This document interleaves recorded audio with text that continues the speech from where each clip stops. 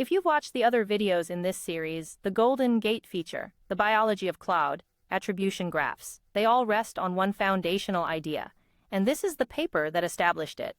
In 2023, Anthropic asked a deceptively simple question. Can we take a language model and break it apart into pieces that a human can actually understand? Not vague intuitions, but concrete, namable units of computation. The technique they used is called dictionary learning, and getting it to work, even on a tiny model, kicked off the modern era of mechanistic interpretability. The natural first guess is to interpret individual neurons, and it fails fast. Pick a neuron, look at when it fires, and you get a baffling mix. It lights up for academic citations and Korean text and DNA, and nothing that ties them together. This is polysemanticity, and the cause, established in earlier theory work, is superposition. The model crams far more concepts than it has neurons by overlapping them. The lesson is blunt: the neuron is simply the wrong unit. To read the model, we need a better set of building blocks. Here's the move.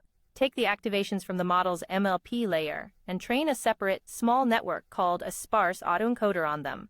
Its job is to express each activation as a combination of a large dictionary of features, while forcing only a few of them to be active at a time. That sparsity pressure is the magic. It pushes the autoencoder to discover directions that each correspond to a single, coherent concept. The model's tangled activations get rewritten in a new, over-complete basis of clean features.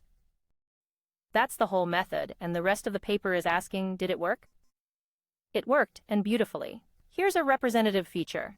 It activates, strongly and almost exclusively, on Arabic script. Show it Arabic text and it fires, show it anything else and it stays quiet. That's a monosemantic feature, one concept, cleanly captured, and it's not cherry-picked. The autoencoder produced hundreds of features like this.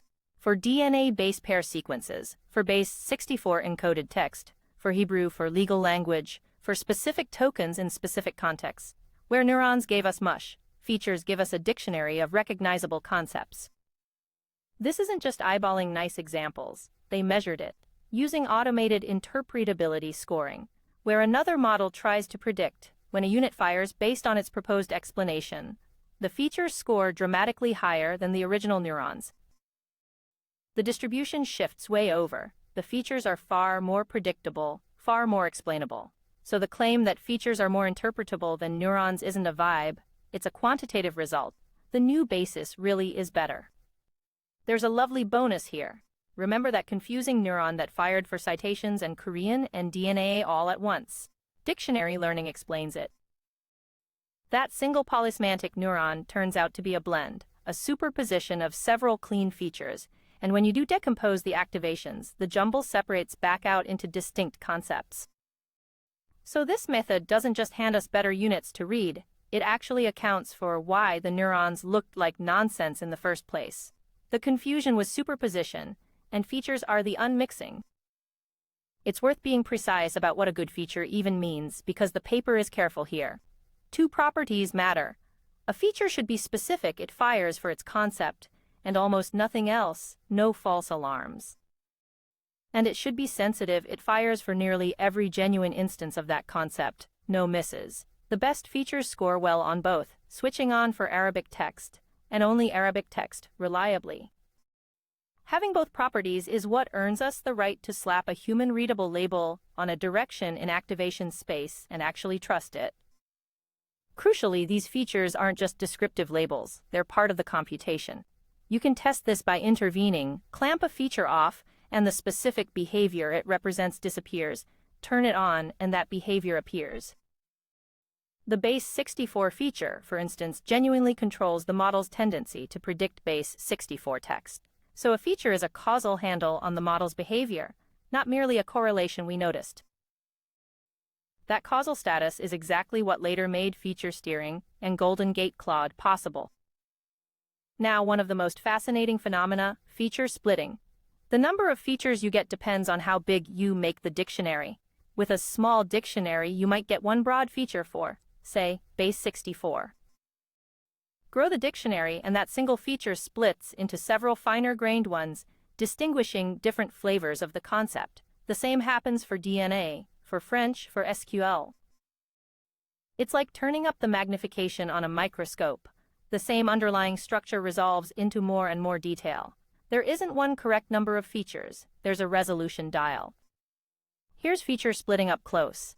Two different base 64 features, both about the same broad concept, yet each occupies its own distinct, specific niche, responding to different subpatterns within base 64 text. Even closely related features stay sharply separated rather than blurring together. That specificity, all the way down, is what gives us confidence we're carving the model at real joints, not imposing arbitrary categories. Features aren't isolated, either they connect.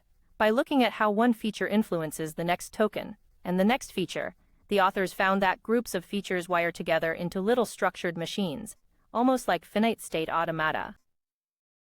For example, a set of features cooperating to handle the word the across different grammatical contexts, handing control from one to the next. These are the first glimpses of circuits built from features, the seed of the attribution graph work that came years later. One more striking result: universality. If these features were just artifacts of one particular training run, that would be worrying. So they trained a second autoencoder, completely from scratch, and found that many of the same features reappeared. Similar features even show up across different models. That strongly suggests the features reflect real structure in the data and the task, the natural concepts a model has to represent, rather than accidents of how one autoencoder happened to initialize. The decomposition is finding something real. You might wonder why all this was done on a tiny one-layer model rather than something impressive. That was the point. A one-layer model is simple enough that the researchers could check their method thoroughly and honestly, validate that the features were real causal, and not fooling them, before betting on the approach at scale. It's good science. Nail the technique on a clean test case, then push it bigger. And push it they did. Because everything downstream flows from here.